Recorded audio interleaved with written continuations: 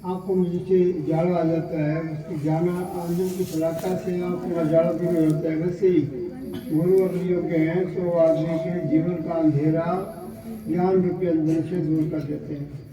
तो ऐसे गुरु की महिमा कही है। अब आज यहाँ कार्तिक शुक्ला पूर्णिमा के शुभ अवसर पर जो मुंडा धाम में सुंदरकांड का पाठ विद्वत ब्राह्मणों द्वारा किया गया, बड़ा सुंदर लगा। मैं यहाँ पहुँचा, मुझे सुन के और आनंद आया कि सुंदरकांड में भगवान जब सीता जी के हरण के बाद खोलते खोलते समुद्र किनारे पहुँचे तो वहाँ हनुमान जी से भगवान की मुलाकात हुई, सुग्रीव जी से हुई, बाली से हुई, ये सब। तो उस समय जामवंत जी और हनुमान जी सीता जी के खोज में निकले हैं।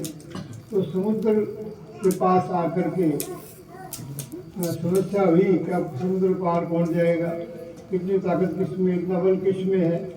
तो जामवंत जी ने हनुमान जी को अपनी ताकत याद दिलाई, हनुमान जी आप ये काम करने में समर्थ हैं। तो लंका सुकोट समुद्र सिखाई, जात पवन सुत बार न लाई। तो लंका सकोट और समुद्र सिखाई मान करके हनुमान जी उसको पार लग जाते चले जाते हैं। जामवंत जी की द्वारा उनको ताकत का ज्ञान कराया गया। सुंदरकांड में जामवंत जी ने शुरुआत यहाँ से जामवंत के वचन सुनाए। तो जामवंत जी के वचन हनुमान जी को प्रिय लगे, उन्होंने तो सुन करके तो अपना बल दिखाया। तो हनुमान जी के लिए अब कहा, बच्चों को कहा करता हूँ, सुंदर को कहा करता हूँ तो बल बुद्धि विद्या देहु कोई हरो कलेश विकार। तो हनुमान जी के दूसरा हनुमान चालीसा का जो आई है, बल बुद्धि विद्या देहु हरो कलेश विकार। तो पहला है जय हनुमान ज्ञान को सागर जय कर सुमिरो उजागर। दूसरा दुआ है बुद्धि इंद्र जान के सुमिरो पवन कुमार, बल बुद्धि विद्या देहु हरो कलेश विकार। तो हनुमान जी में पहले बल का है, बल इतना है अतुलित बल धामम हेम शराब देहम धनुर्धर किसानम ज्ञान नाम अग्रगण्यम बादराणाम अधिकम प्रभुपति प्रिय भक्तम भात आपन नाम। यानी अतुलित बल का बड़े हैं हनुमान जी, इनके पास बल की कोई सीमा नहीं है, ऐसे बलशाली हनुमान जी हैं।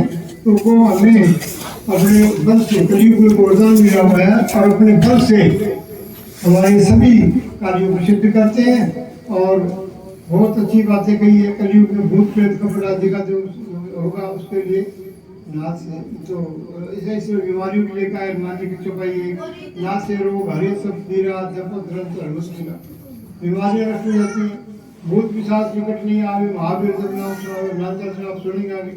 हनुमान जी की कृपा से भूत पिशाच निकट नहीं आते, महावीर के नाम सुनते भाग जाते हैं। तो बल इतना बल है हनुमान जी ने कि लंका सकोट समुद्र सिखाई, जात पवन सुत बार न लाई।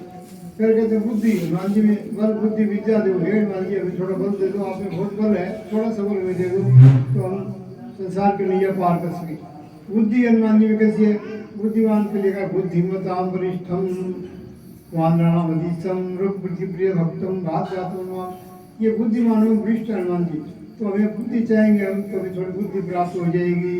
और बुद्धि क्यों जरूरी है, तो इसलिए कहा है बिनु सत्संग विवेक न होई, हरि कृपा बिनु सुलभ रस होई।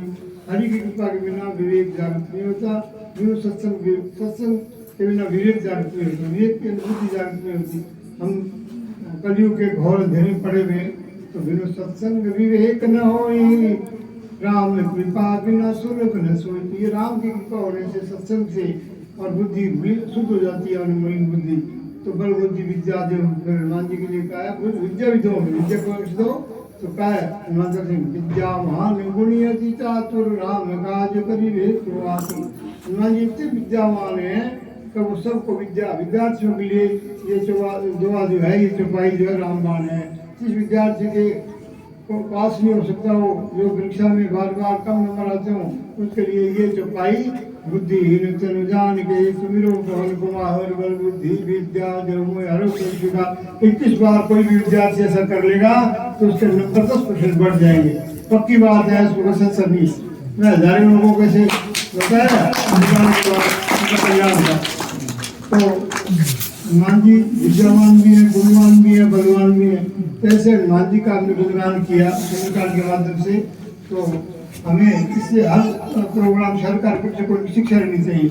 हम धर्मपरायण बने, सत्यवादी बने, छल कपट से दूर रहे।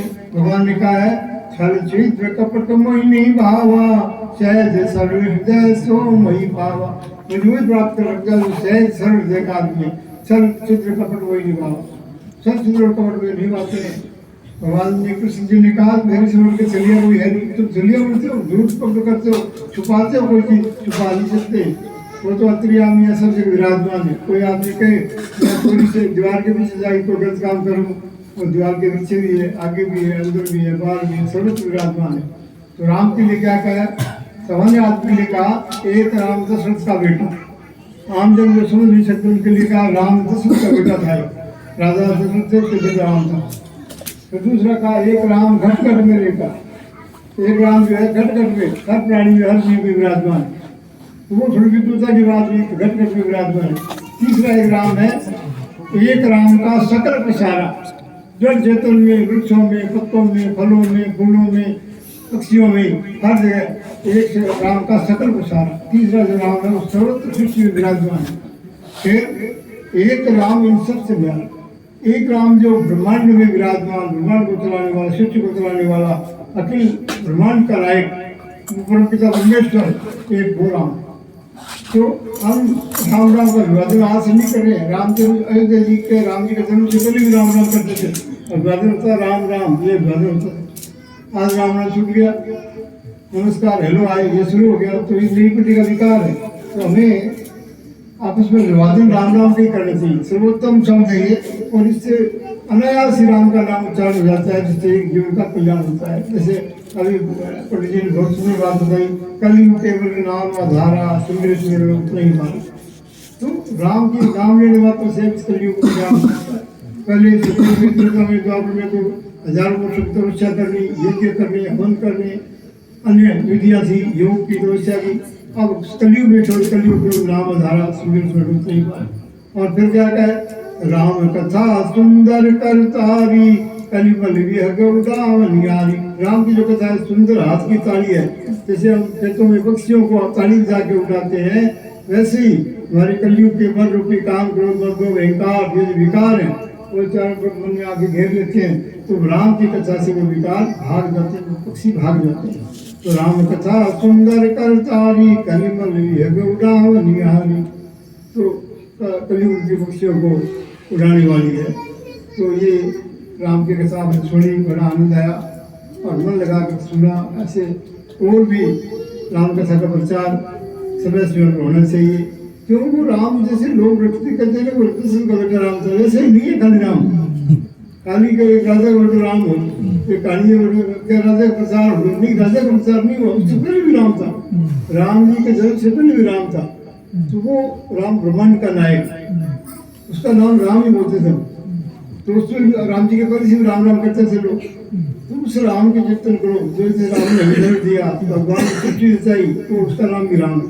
सृष्टि रचाई, हमें जन्म दिया, हर जीवों में आया, और हमें ये मनुष्य शरीर को बहुत दुर्लभ है, सुर दुर्लभ मानो सत्तर में कहा, ये देवताओं को दुर्लभ है शरीर जो मिला है। इस शरीर में आप चलो अन्य संसारिक सुखों को भोग करो, मना ही नहीं है। वेद में साफ दिखाइए कि जगत तीन त्यक्तन भुंजिता, ये जो कुछ भी प्राप्त हो रहा है, सुख पंखा कोटर लाइट है, तो ये नहीं कहते बंद कर दो लाइट, तो भोग ना करो। करो भोग भगवान की है, तो आपके कर्म में क्या है, लेकिन वो भोग त्याग पूर्वक करो, उसमें आसक्त ना हो जाओ, उसमें ये दंड में फंस ना जाओ। भगवान को याद रखो, दो चीज़ों को याद रखो। रामचंद्र जी क्या करते थे कि भाई संतान होगी कि नहीं होगी, संतान पड़ेगी कि नहीं पड़ेगी, संतान का विवाह होगा कि नहीं होगा, ये सब तो संशय में है। लेकिन मृत्यु आएगी कि नहीं आएगी, पक्का है बाप की बात, मृत्यु अवश्य आएगी। तो वो मृत्यु आए उससे पहले बोले फिर राम नाम की कट्टी अपने साथ बांध लो, बाप की कट्टी फेंक दो, राम नाम की साथ दे लो, तुम्हारे काम आएगी। जय श्री राम।